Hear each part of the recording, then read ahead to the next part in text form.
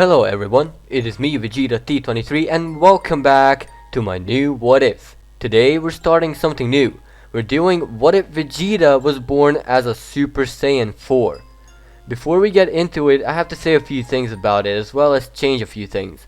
First off, yeah, it sounds very silly to have a furball to get out of the vagina, but hey, since people actually requested it, I might as well do it.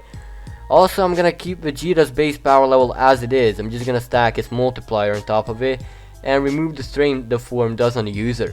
Also, I'm not gonna go into GT because I'm gonna continue to Super, because I'm planning on having GT What If editions in the future. So yeah, with that out of the way, let's start the What If. The current age is 732 and the Saiyan King's son, Vegeta the 4th, has been born. However, there's something odd to his appearance. He looked like the king, but not at the same time. He was covered in reddish fur, had longer dark hair, blue eyes, and red eye lines. Vegeta was absolutely speechless and demanded to run tests to see if that really is his child. Tests have proven to be true. He is his son.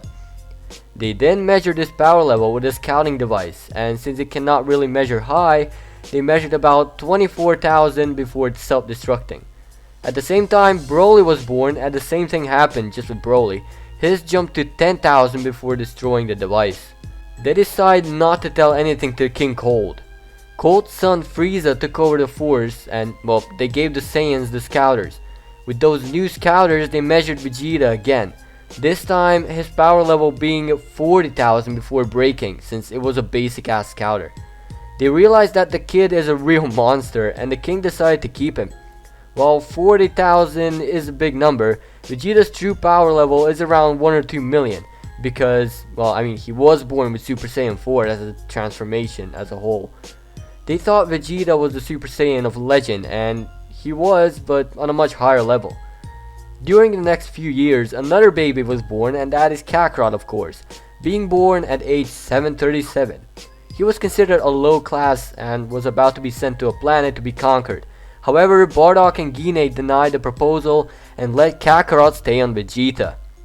All the while, during the years, Vegeta has improved his strength, growing to about 10 million at most. That power level is enough to push Frieza to his final form.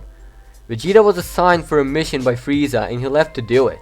While Vegeta thought that was training for him, it was just a delusion for Frieza to destroy the planet with the myth of Super Saiyans. Frieza began preparations, but Vegeta already finished everything he needed to finish and returned to the planet. He was almost too late as Frieza just launched his ball towards the planet. Vegeta immediately destroyed the pod from the inside and went in front of the blast to disperse of it. Frieza was speechless that a mere monkey child can repel the attack of that magnitude.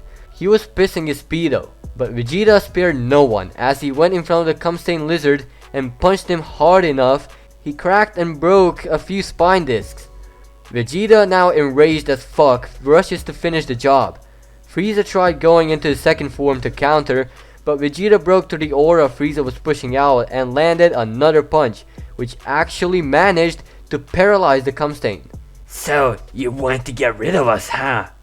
I am the Saiyan of legend. You fucking cum-stained lizard. Frieza had nothing to say to the prince, so Vegeta made sure to dispose of him quickly and painfully, and he does.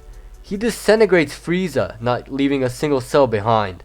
King was watching and he knew what happened, and that Cold's gonna come for all of them, so he assembled a few hundred Saiyans and asked of them to go to another planet outside of Frieza's and Cold's boundaries, and with young Prince Vegeta in lead, they depart in space. They located a planet called Mars. It's located in the solar system and is close to Earth, of course. The king specified not to start conquering anything, rather to send one of the babies to the planet in order to see if the race that lives there is peaceful or hostile. Since the atmosphere of Mars was weak, they opted to terraform the planet, but for now they started gathering resources. About 200 Saiyans left Vegeta and settled on Mars. They decided to send Kakarot after negotiating with Bardock and Gine since they were on the planet, and so they departed him in the float pod towards Earth. A few minutes later, Goku is on Earth and is found by Gohan.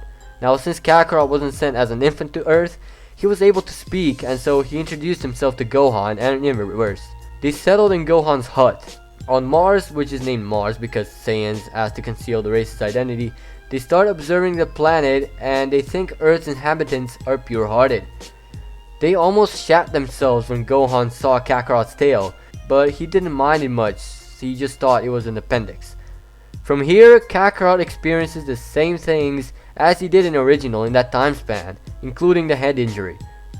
Bardock knew the impact was hard enough to cause some kind of brain damage, but he didn't know it was long lasting as Kakarot got amnesia.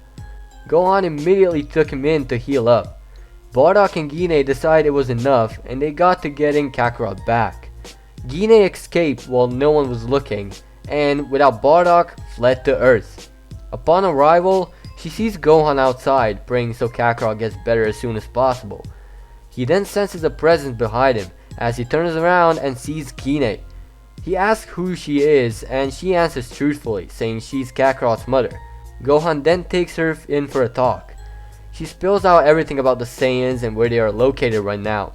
After the conversation, she decides to leave Kakarot with him. Back on Mars, Bardock finds out and so does Vegeta. Vegeta thinks nothing of it. Even so, he wants to meet the king of the humans. With that, they began preparations for the meeting of the two kings. With that, we're leaving things be for now. Thank you for watching.